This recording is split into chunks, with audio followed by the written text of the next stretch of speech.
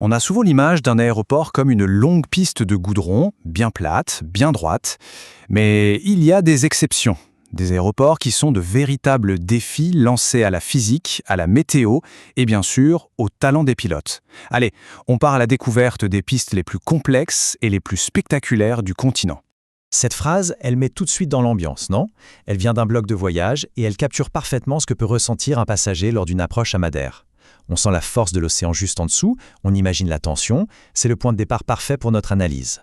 Bon, le ressenti, la peur, c'est une chose, mais la réalité technique, c'en est une autre. Alors au-delà de l'adrénaline, quels sont les critères, les vrais, qui font qu'une simple piste devient un défi de pilotage? C'est la question à laquelle on va tenter de répondre.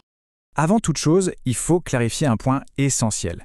Dans le monde de l'aviation, le mot dangereux, en fait, il est un peu trompeur. Il faudrait plutôt dire complexe. Ces aéroports ne sont pas des pièges, ce sont plutôt des sortes de casse-têtes techniques qui sont ultra sécurisés et ultra réglementés. Commençons par le premier type de défi, et pas des moindres, le relief, la montagne. Quand on décide de construire une piste d'atterrissage au milieu des sommets, il faut faire preuve d'une sacrée ingéniosité. Et pour ça, l'exemple parfait, c'est Courchevel. On est à 2000 mètres d'altitude. C'est ce qu'on appelle un altiport, un aéroport spécialement pensé pour la montagne. C'est une vraie prouesse d'ingénierie. La piste est toute petite, à peine 537 mètres de long, mais le plus fou, ce n'est même pas ça. Voilà le chiffre qui change tout. 18,6% de pente. Pour qu'on se fasse une idée, c'est plus raide que pas mal de pistes de ski noir. C'est une véritable rampe, un tremplin posé au sommet d'une montagne. Alors la question c'est, mais pourquoi une pente pareille?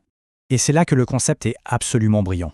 À l'atterrissage, la montée agit comme un frein naturel géant. Ça stoppe l'avion net sur une très courte distance. Et pour décoller, c'est l'inverse. La descente donne à l'avion l'élan nécessaire. C'est un point crucial parce que là-bas, il n'y a pas de deuxième chance. Une remise de gaz, c'est-à-dire annuler l'atterrissage au dernier moment pour refaire un tour, c'est tout simplement impossible. Allez, on quitte les montagnes pour affronter un autre adversaire de taille, la nature elle-même. Quand le vent, le brouillard ou même la glace s'en mêlent, l'approche la plus simple sur le papier peut devenir une opération de très très haute voltige. On revient à Madère. Sa particularité, c'est sa position. L'aéroport est littéralement coincé entre les montagnes volcaniques de l'île et l'océan Atlantique. Et cette configuration, ça crée des conditions météo extrêmement instables. Il y a un phénomène en particulier qui est redouté par tous les pilotes.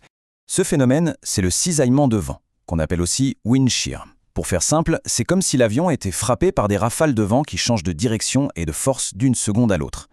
L'avion est poussé à gauche, puis à droite, puis vers le bas.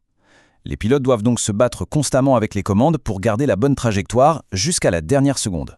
Et Madère est loin d'être un cas isolé. Aux îles Féroé, par exemple, un brouillard à couper au couteau peut débarquer en quelques minutes et la visibilité tombe à zéro. Au Svalbard, en Norvège, la piste est carrément construite sur du sol gelé en permanence, le pergélisol.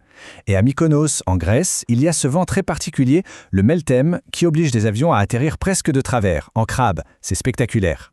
Mais les défis ne viennent pas toujours de la nature. Parfois, l'obstacle, c'est ce que l'homme a construit. La jungle de béton, la ville, qui impose ses propres contraintes.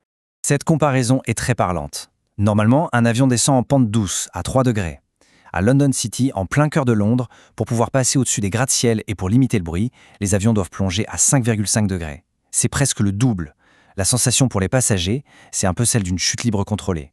Et alors là, on atteint un niveau d'insolite assez incroyable avec Gibraltar. C'est très simple. La piste d'atterrissage est traversée par l'avenue principale de la ville. Oui. À chaque fois qu'un avion décolle ou atterrit, on abaisse les barrières, comme à un passage à niveau, et la circulation s'arrête. C'est un spectacle unique au monde. Bon, après avoir vu tout ça, les montagnes, la météo déchaînée, les villes, on pourrait commencer à se sentir un peu nerveux à l'idée de prendre un vol pour l'une de ces destinations. La question est totalement légitime. Si ces aéroports sont si compliqués, est-ce qu'ils sont moins sûrs? En gros, complexe, est-ce que ça rime avec dangereux? La réponse est assez contre-intuitive. La réponse est non, absolument pas. En fait, c'est même le contraire. C'est justement parce que ces aéroports sont complexes que la sécurité y est poussée à son maximum. Le risque est minimisé. Pensez-y, seuls les pilotes d'élite, la crème de la crème, ont le droit de s'y poser. Ils ont des qualifications spéciales, ils s'entraînent en permanence sur des simulateurs. Et les limites météo sont tellement strictes qu'au moindre doute, le vol est immédiatement dérouté. On ne prend aucun risque. Cette citation d'un commandant de bord résume absolument tout. Là où une personne non initiée voit un danger imminent, l'équipage, lui, voit une série de variables, de données, de paramètres à analyser. La peur est remplacée par la procédure, l'adrénaline par une maîtrise technique parfaite. Au final, ces aéroports nous rappellent une chose essentielle.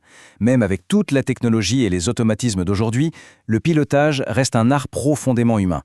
Ils sont le théâtre où s'exprime le meilleur de la compétence, de la précision et du sang-froid des pilotes.